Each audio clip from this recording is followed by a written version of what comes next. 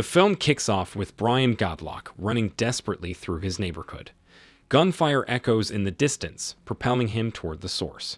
Spotting rival gangsters engaged in a fierce shootout, Brian takes action. One gang successfully eliminates the rival driver, resulting in a crash. With the gangsters closing in, Brian grabs a metal pipe. As their car approaches, he smashes their windshield, narrowly avoiding a collision. Now targeted, Brian flees. Spotting a forklift, he instinctively uses it to leap over the gangster's truck, causing one man's decapitation.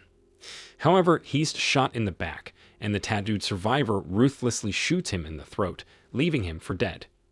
Rushed to the hospital, Brian clings to life, with his wife Saya praying for his recovery. The doctors save him, but he awakens voiceless, tormented by the attack. Saya gifts him an artificial voice box, but frustration takes its toll. Discharged, Brian returns home with Saya, passing a city engulfed in gang violence. The couple revisits the site of the tragedy, recalling happier times with their son Taylor, now lost to them. Inside, Taylor's belongings evoke tears, and Brian breaks down, unable to cope. Shia comforts him. Brian, haunted by memories, turns to alcohol and destroys a news report about Taylor's slaying. Sia, preparing for work, finds Brian drinking alone, and their communication falters. Brian, tormented by grief, recalls Taylor's room and the day tragedy struck. Unable to bear the pain, he rushes to his work shed, clearing away vodka bottles and grabbing tools. Sia returns home, unaware of Brian's actions, and finds him ignoring her messages. Brian, fueled by vengeance, discovers Detective Vassal's card and heads to the station. In Vassal's office, Brian spots Gangster Playa in photos, marking the beginning of his quest for revenge, set for December 24th. Brian dedicates himself to physical training and knife skills, creating a rift with Saya as he becomes singularly focused on his mission.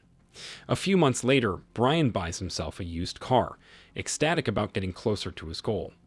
While Sia is burdened with bills, she hears him working at night modifying his car, and she also begins to brake. Brian also gets himself firearms training, but initially sucks at hitting his target.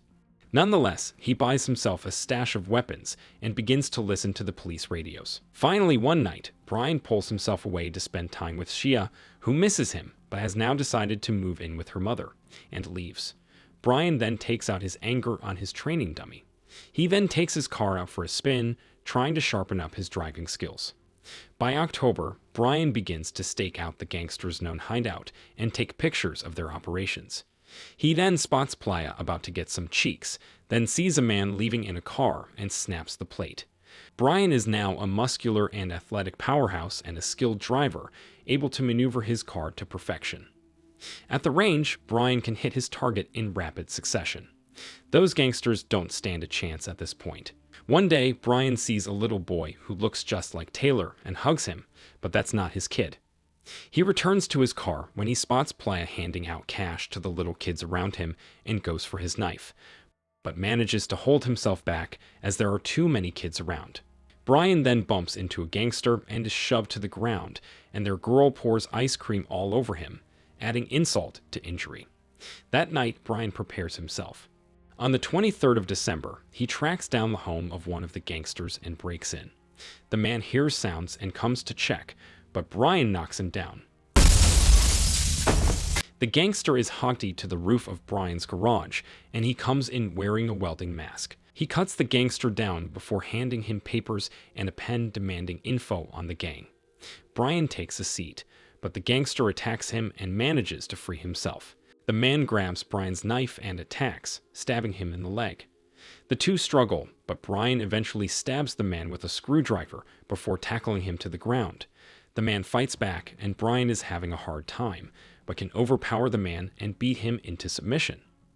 On the 24th, Brian begins to gear up, strapping body armor to himself and readying his guns. He then writes a note before taking one last look at Taylor's room, taking it all in as he may not return. He then goes by where Shia is staying and sees her drawing a picture of Taylor as her way of coping. He brings a gift to Taylor's grave, as it is his birthday, and sits alone with his son where he cries after a very long time, then opens the gift for Taylor. That night, Detective Vassal hears a noise and comes checking with his gun, but opens the door only to see the bound and gagged gangster along with a note. The cops come by later to pick him up, and Vassal opens the note to see a message from Brian, telling him that he will take care of what he should have. Along with the note is a flash drive with detailed info on the gang, along with evidence that Brian has collected over the past year. Brian is driving when he hears a police report about gang activity and heads over. He sees two gangsters beating and robbing a couple. As the gangster walks away, Brian pins them against a wall using his car and stabs one before taking off with the other in his car. Brian tries to throw the man off, and when he pulls a gun, Brian disarms him and shoots him dead. Brian then throws up, taking his first life. He goes to the gang compound where he throws a wrapped package over the wall. A man brings the package to Playa, his boss, which turns out to be the fingers of the dead men. There is another massive gang shootout in the city, with multiple cops hitting and taking cover. Brian pulls up to the scene and sees a female cop get shot. He then drives into the mix, shooting and killing the gangsters he can, while one man is live streaming the car directly to Playa. The gangsters fire on the car, but Brian manages to push the back. He tries saving the cop, but she gets shot on her way in and dies right next to him. Brian pushes her out of the car before spotting the guy streaming the entire incident and sends him flying with the car. Brian picks up his phone, sees the live stream, and shoots him dead for Playa to see. Playa somehow figures out that it is Brian, and sends a message to his gangsters to hunt him down.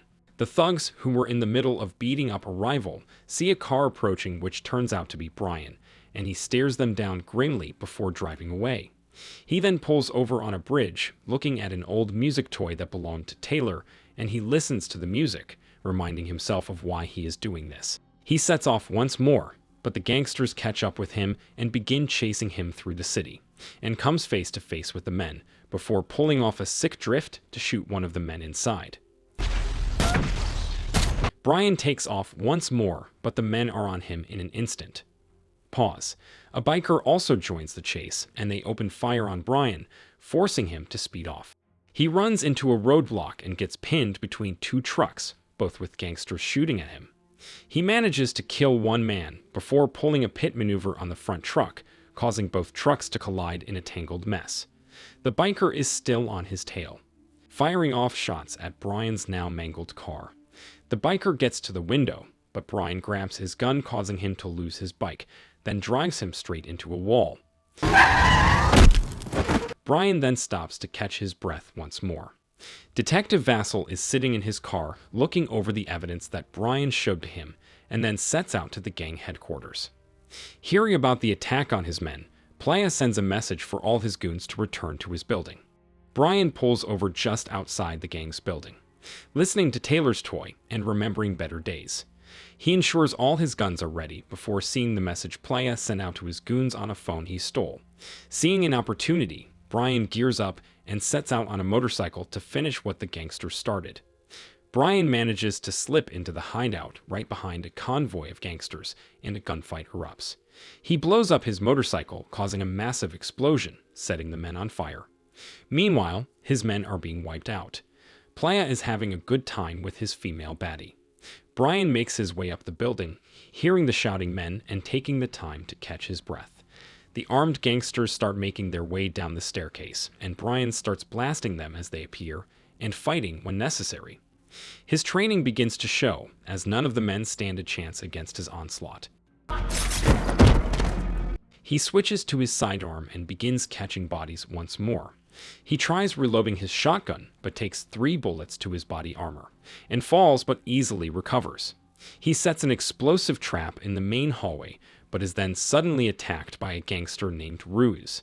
Ruiz is much stronger, throwing Brian around easily and disarming him when he tries to go for his gun.